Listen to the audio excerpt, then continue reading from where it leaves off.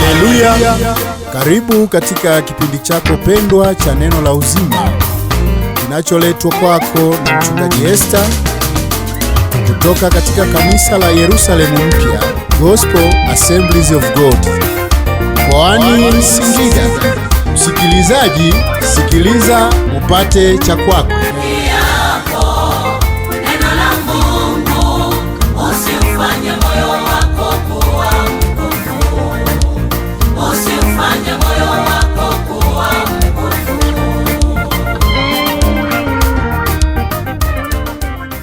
Shalom shalom, mpendwa mtazamaji na msikilizaji wetu wa chaneli yetu pendwa ya JMTV. Mbele yako naitwa Pastor Esther, natoka Yerusalemu Mpya Living God Worshipers iliyoko Singida Ititi. Niko hapa kushiriki na wewe kwa mafundisho ya neno la Mungu. Karibu. Baba Mungu uliye chanzo cha uzima na baraka tele na rehema na upendo mwingi, asante kwa ajili ya wakati huu Bwana ambao umetupa kibali watoto wako tuweze kushiriki tena maneno yako hapa, ili uweze kutusaidia kufinyangwa na kutengenezwa kwa sura na mfano wako. Asante kwa sababu uko mahali hapa ili kututengeneza. Ninaomba unitumie kama bakuli, ukanene mwenyewe, katika jina la Yesu Kristo mwana wa Mungu aliye hai. Nimeomba haya yote na kuamini, amen. Mpendwa msikilizaji na mtazamaji wa chaneli yetu, karibu tena. Sasa tusikilize maneno ya Mungu, na ujumbe wa leo unahusiana na kupitia katika majaribu yatupasa kufurahi. Sasa tutaona ni majaribu gani ambayo yatupasa kufurahi na nifanye nini ili niweze kufurahi, kwa sababu najua mtu ukipitia kwenye majaribu sio rahisi kufurahi, lakini Mungu anatutaka tufurahi. Ni majaribu ya aina gani ambayo Mungu anataka kufurahi? Basi tuone kwenye waraka wa Yakobo sura ya 1 ule mstari wa 2 na wa 3. Biblia inasema, ndugu zangu, hesabuni ya kuwa ni furaha tupu mkiangukia katika majaribu mbalimbali, mkifahamu ya kuwa kujaribiwa kwa imani yenu huleta saburi. Amen. Hapa tunamwona mtumishi wa Mungu Yakobo ambaye alikuwa ni ndugu yake Yesu, kwa maana walizaliwa tumbo moja. Ni watoto waliofuata baada ya Yesu, ni watoto wa Yusufu kwa Mariamu. Baada ya Yesu ameshaondoka, sasa hawa nao waliamua kuanza kulitii lile neno ambalo Yesu alikuwa analifundisha. Yakobo analitia moyo kanisa, anasema, ndugu zangu, hesabuni ya kuwa ni furaha tupu mkiangukia katika majaribu mbalimbali. Sasa anapozungumza haya majaribu, ni majaribu ya aina gani? Maana huku chini amesema mjue kinachojaribiwa ni imani yenu. Hapa Yakobo anazungumza yale majaribu ya watumishi wa Mungu ambao wameitwa na Mungu. Hao wanajaribiwa mazingira gani?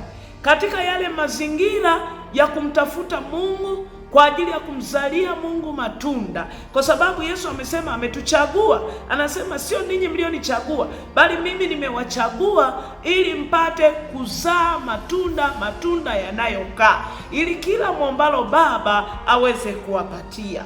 Sasa kumbe tumechaguliwa tukazae matunda. Sasa kule kwenye kuzaa matunda maana yake nini? Kuzaa tunda, kwanza jambo la kwanza jambo la kwanza ni kula tunda.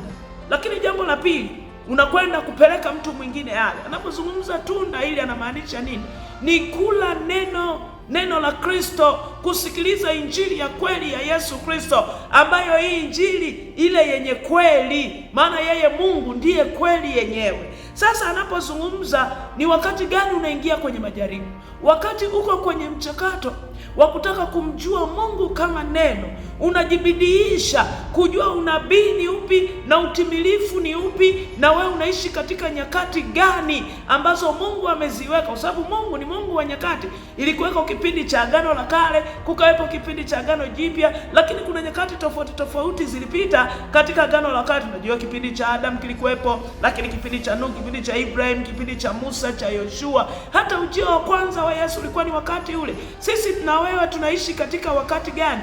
Wakati wa ujio wa pili wa Yesu. Sasa Yakobo anajaribu kutusaidia wakati tunamsubiri Yesu katika njia itupasayo ambayo ametuamuru Yesu. kuna majaribu yatainuka.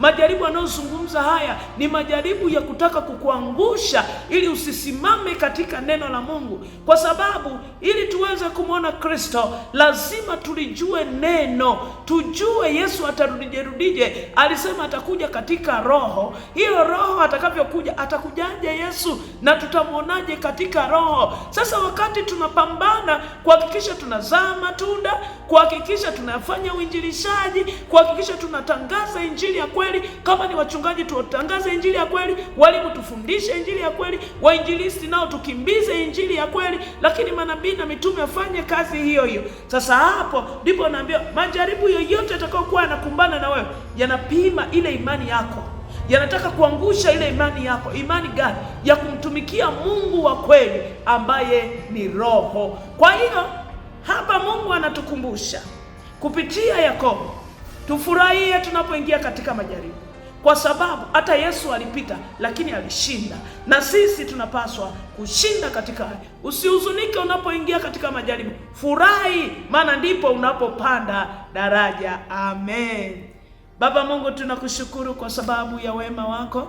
Asante kwa kuwa umetusaidia, tumeweza kusikia neno lako Bwana, ya kwamba tufurahi tunapoingia katika majaribu, kwa sababu kupitia hiyo ndio tunapokwenda kupata saburi, ndipo tunapata uvumilivu, imani yetu inapimwa. Baba, tusaidie kila mmoja, mtazamaji na msikilizaji ambaye anatamani kujifunza maneno ya Mungu. Baba, ninaomba umsaidie, umtetee. Umesema kuna roho wengi ambao wanatumika mbele zako wakiwahudumia watakao rithi wokovu. Baba, inawezekana katika watazamaji na wasikilizaji hawa kuna mmoja wapo, mfalme wa amani, ambaye anataka kuurithi wokovu. Baba, ninaomba usaidie hata tunapopitia katika majaribu ya kujifunza maneno yako na kuyaishi maneno yako. Baba, tunatamani kustahimili, tupe furaha, tukumbushe ya kwamba njia hii yatupasa sisi kustahimili na kufurahi. Asante kwa sababu imani zetu zitaendelea kukua na tutaendelea kukurudishia utukufu kwa kukuzalia matunda mengi,